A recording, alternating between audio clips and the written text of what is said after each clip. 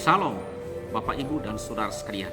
Kita bertemu lagi di dalam renungan firman Tuhan bersama saya Guru Injil Atonai. Sebelum kita membaca dan merenungkan firman Tuhan, marilah kita berdoa memohon pertolongan Tuhan. Kita berdoa. Bapa di sorga, kami bersyukur Engkau terus-menerus menopang kehidupan kami. Kami bersyukur untuk segala dan seluruh kehidupan kami. Terima kasih ya Bapa. Ini kami pada hari ini, kami akan membaca firman dan merenungkannya. Kami mohon tolonglah kami oleh Roh-Mu yang kudus. Berilah kami kekuatan sehingga kami dapat memfokuskan diri dan dapat menerima firman. Mampukan kami untuk hidup bagi-Mu ya Tuhan. Dan kami mohon ampunilah segala dosa kami dan sucikanlah kami oleh darah Tuhan Yesus Kristus. Di dalam nama Tuhan Yesus kami berdoa. Amin. Nah, Bapak, Ibu, dan saudara-saudara yang kekasih di dalam Tuhan Yesus Kristus, firman Tuhan yang akan kita renungkan pada hari ini, saya ambil di dalam Injil Yohanes pasalnya yang ketiga. Saya baca mulai ayatnya yang pertama sampai dengan ayatnya yang ke-21. Firman Tuhan berbunyi demikian. Percakapan dengan Nikodemus. Adalah seorang Farisi yang bernama Nikodemus, seorang pemimpin agama Yahudi. Ia datang pada waktu malam kepada Yesus dan berkata, "Rabi, kami tahu bahwa engkau datang sebagai guru yang diutus Allah. Sebab tidak ada seorang pun yang dapat mengadakan tanda-tanda yang engkau adakan itu jika Allah tidak menyertainya." Yesus menjawab katanya, "Aku berkata kepadamu, sesungguhnya jika seorang tidak dilahirkan kembali, ia tidak dapat melihat kerajaan Allah." Kata Nikodemus kepadanya, "Bagaimanakah mungkin seorang dilahirkan kalau ia sudah tua? Dapatkah ia masuk kembali ke dalam rahim ibunya dan dilahirkan kembali?" Jawab Yesus, "Aku berkata kepadamu, sesungguhnya jika seorang tidak dilahirkan dari air dan roh, ia tidak dapat masuk ke dalam kerajaan Allah. Apa yang dilahirkan dari daging adalah daging, dan apa yang dilahirkan dari roh adalah roh. Jangan engkau heran, karena aku berkata kepadamu, kamu harus dilahirkan kembali. Angin bertiup kemana ia mau, dan engkau mendengar bunyinya, tetapi engkau tidak tahu dari mana ia datang atau kemana ia pergi. Demikian halnya dengan tiap-tiap orang yang dilahirkan dari roh." Nikodemus menjawab, katanya, "Bagaimanakah mungkin hal itu terjadi?" Jawab Yesus, "Engkau adalah pengajar Israel dan engkau tidak mengerti hal-hal itu. Aku berkata kepadamu, sesungguhnya kami berkata tentang apa yang kami ketahui dan kami bersaksi tentang apa yang kami lihat, tetapi kamu tidak menerima kesaksian kami. Kamu tidak percaya waktu aku berkata-kata dengan kamu tentang hal-hal duniawi. Bagaimana kamu akan percaya kalau aku berkata-kata dengan kamu tentang hal-hal sorgawi? Tidak ada seorang pun yang telah naik ke sorga selain daripada Dia yang telah turun dari sorga, yaitu Anak Manusia. Dan sama seperti Musa meninggikan ular di padang gurun, demikian juga Anak Manusia harus ditinggikan, supaya setiap orang yang percaya kepadanya beroleh hidup yang kekal. Karena begitu besar kasih Allah akan dunia ini, sehingga Ia telah mengaruniakan anaknya yang tunggal, supaya setiap orang yang percaya kepadanya tidak binasa, melainkan beroleh hidup yang kekal. Sebab Allah mengutus anaknya ke dalam dunia, bukan untuk menghakimi dunia, melainkan untuk menyelamatkannya oleh Dia.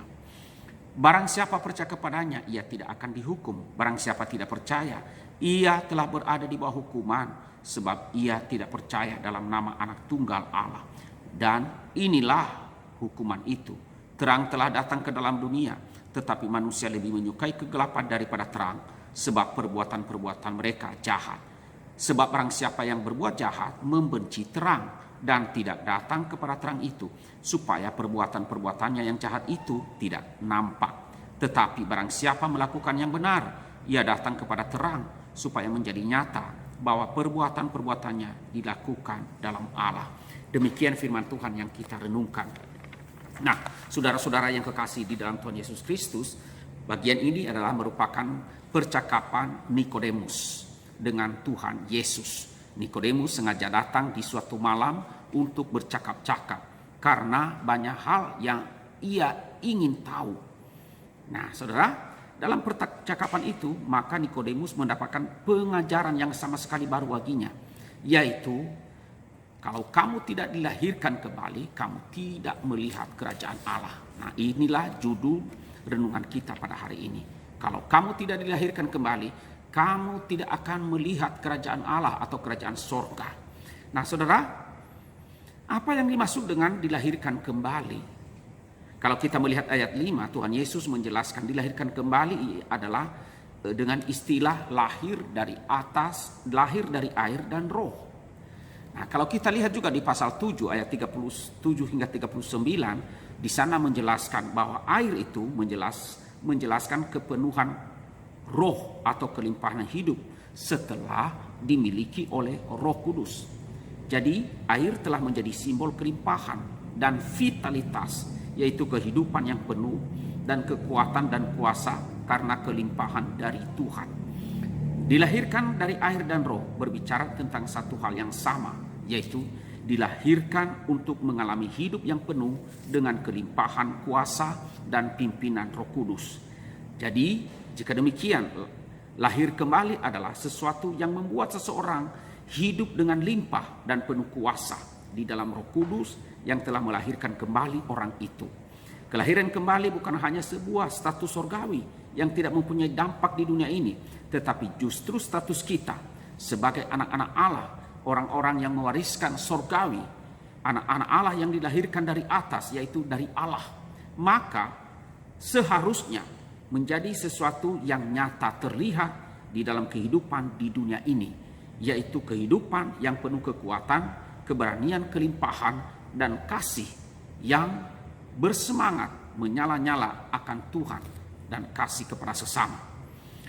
Di dalam ayat yang ke-6, Tuhan Yesus mengatakan atau meneruskan pengajarannya kepada Nikodemus dengan mengatakan, lahir dari dunia dan lahir dari roh ialah dua hal yang berbeda. Orang dunia, ia akan terus hidup secara kedagingan. Jadi di sini kedagingan yang dimaksud adalah bukan tubuh fisik ini, karena tubuh kita ini Tuhanlah yang menciptakannya. Tetapi Tuhan membenci dosa, bukan tubuh kita. Tuhan membenci kedagingan, dan arti kedagingan di sini ialah kehidupan yang dikuasai keinginan dosa.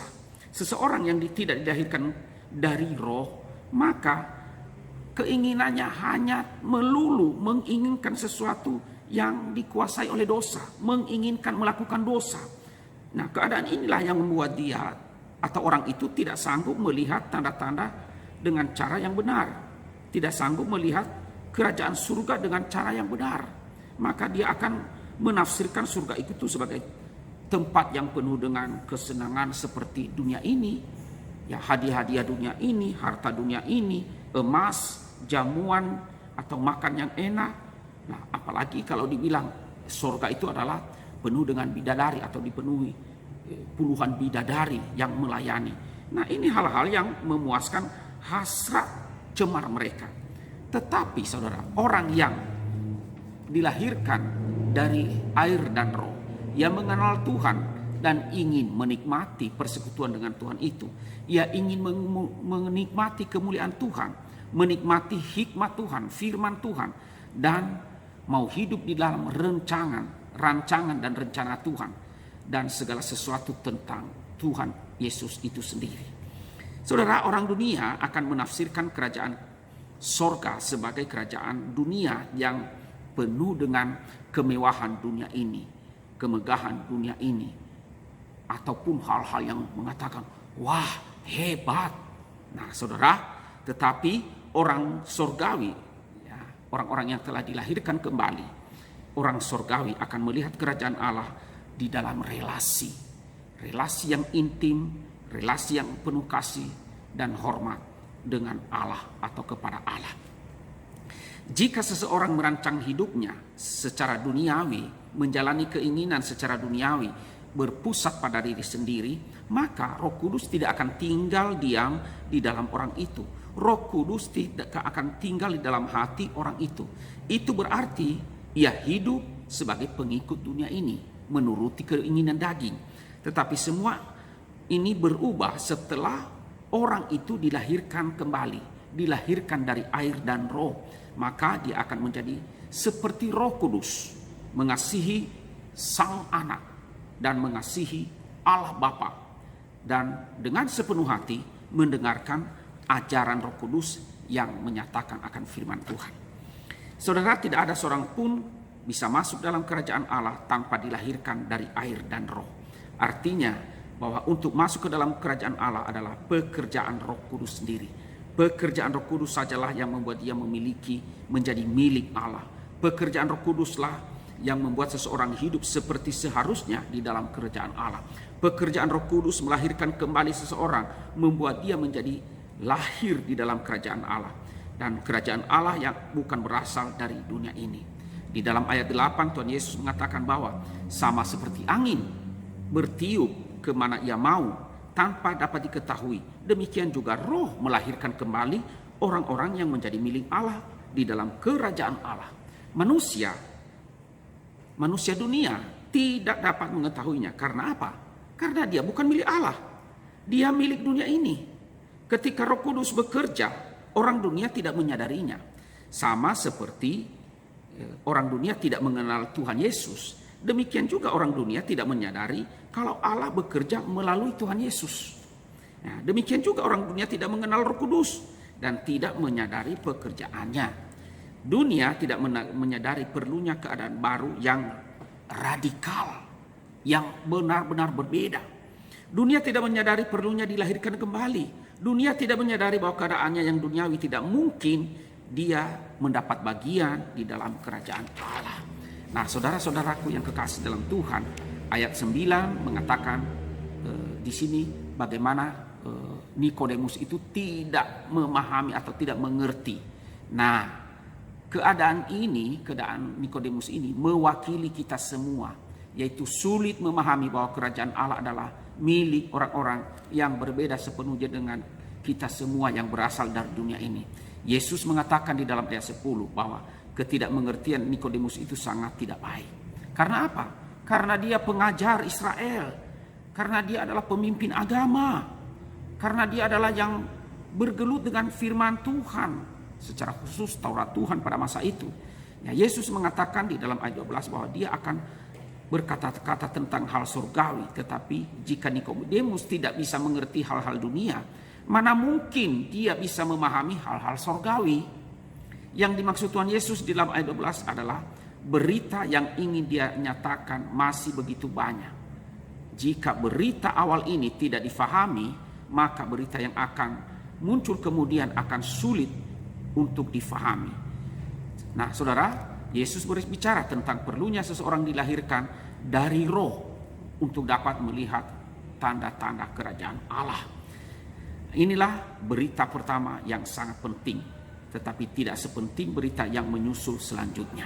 Nah, saudara-saudaraku yang kekasih di dalam Tuhan Yesus Kristus, dilahirkan kembali adalah merupakan pekerjaan Roh Kudus dan harus nyata di dalam kehidupan setiap orang yang benar-benar mengaku percaya kepada Yesus Kristus.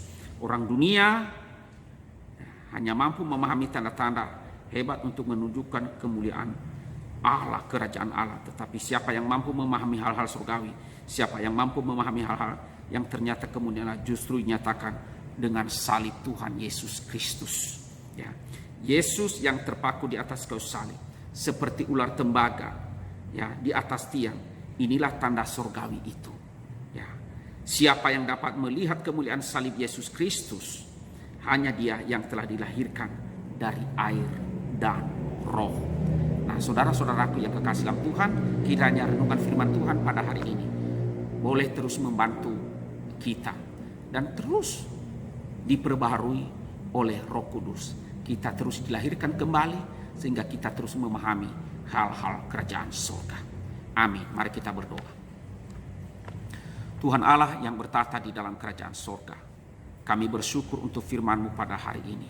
Dan kiranya Tuhan terus menolong kami, agar kami terus menerus ya Tuhan, membuka hati untuk memahami dan mengenal akan firman-Mu. Tuhan tolonglah kami, apa yang kami renungkan, yang kami baca dan kami renungkan hari ini. Ajar teruslah kami ya Tuhan, agar memiliki hati yang benar-benar memahami akan firman-Mu mengerti, serta kami mampu untuk melakukannya. Berkatilah seluruh jemaat pada hari ini. Tolonglah dalam segala perjuangan kami, di dalam hal-hal pengalaman-pengalaman hidup, agar kami dapat berpengalaman bersama dengan Tuhan di dalamnya.